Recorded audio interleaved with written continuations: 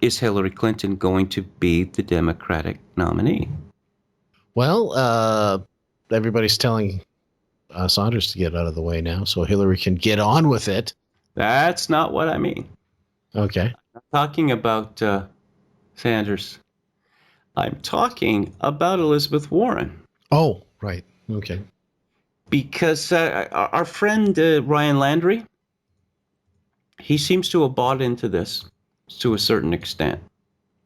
That the scenario is this: that Hillary, well, I mean, she's a bust. There was a Rasmussen poll which came out a day or two before Indiana that had Trump ahead 41-39 in a matchup against Hillary, which is really kind of shocking and unprecedented, wouldn't you say?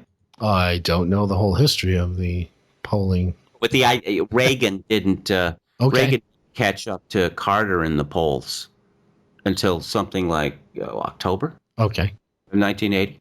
So this is remarkable. I'll take your word for it. Good. Because, what you heard about Trump was he could never become the nominee. And the likelihood of the general voter saying, well, yeah, I'm going to support a guy who, well, he can't be the nominee. Mm. That's not likely. But so she's a dud, Hillary Clinton. Also, this business of the indictment hanging over her head.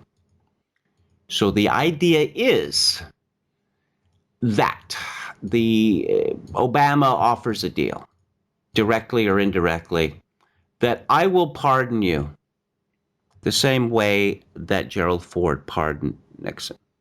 You step aside, and Joe Biden or Elizabeth Warren take over. And one of the more popular suggestions seems to be that Biden would be at the head of the ticket and Senator Warren would be the Veep candidate.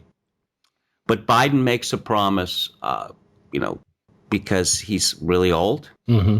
He's also already senile. He would only be president for 4 years. And then, yay, we finally get to have a woman president. Finally. Thank you, Joe Biden. Thank you, Obama. Mm-hmm. That's the idea. Now, has this been floated on the Democratic side, or is this just coming out of the people that Ryan connects with?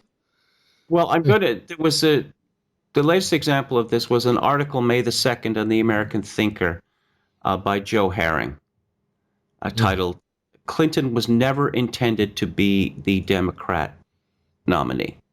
Okay. Does she know that? Did anybody tell her? Well, yeah.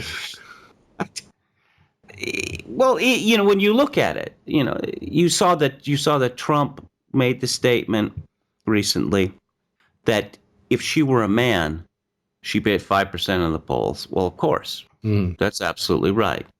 Now, the question of why she was the only serious candidate in the race, and Sanders is not a serious candidate, except he's become a serious candidate solely because she is so weak. Mm-hmm. I'll read a little bit from this article that I mentioned. That here's my reasoning. Realizing that the evidence against her could rise to the level of treason, Secretary Clinton has struck a bargain with the Obama White House that in return for bowing out at or near the convention, she will receive a full pardon in order to ensure that she will never see the inside of a prison cell.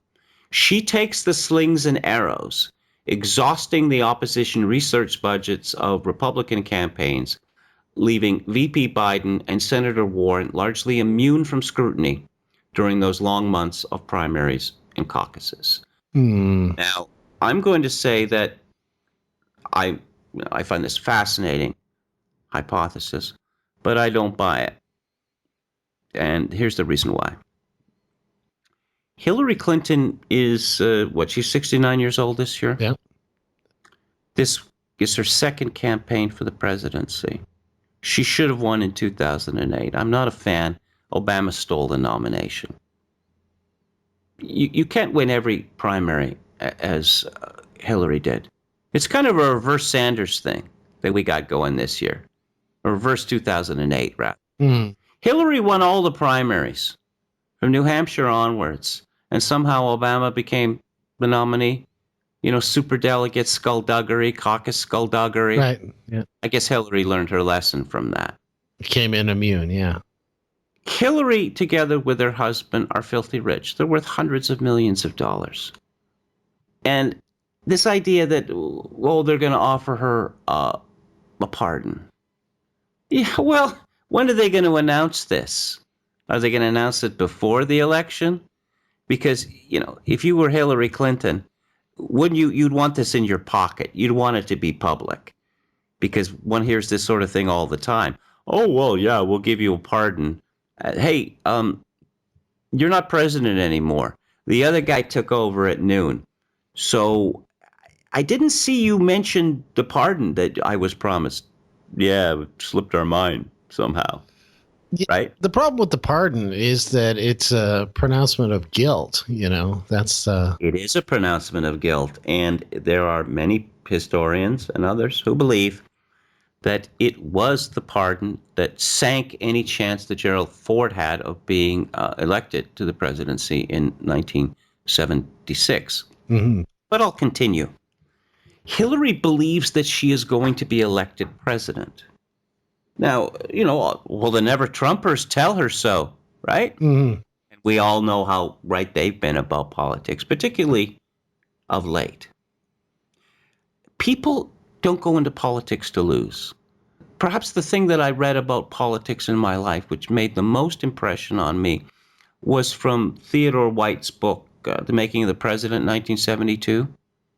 That on Election Day 1972, George McGovern's people were absolutely convinced they were going to win.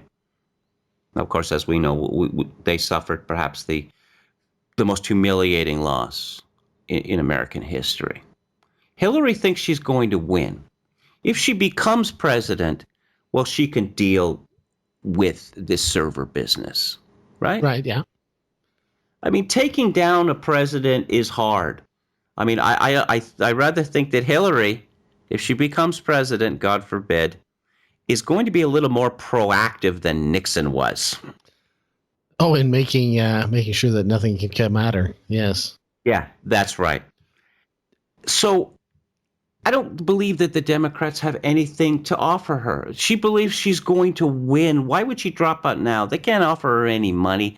I don't think she's going anywhere, except what Joe Herring says could come true in a different way, which is that shortly before the convention, it's announced that Hillary Clinton died suddenly last night of a previously undiagnosed respiratory ailment.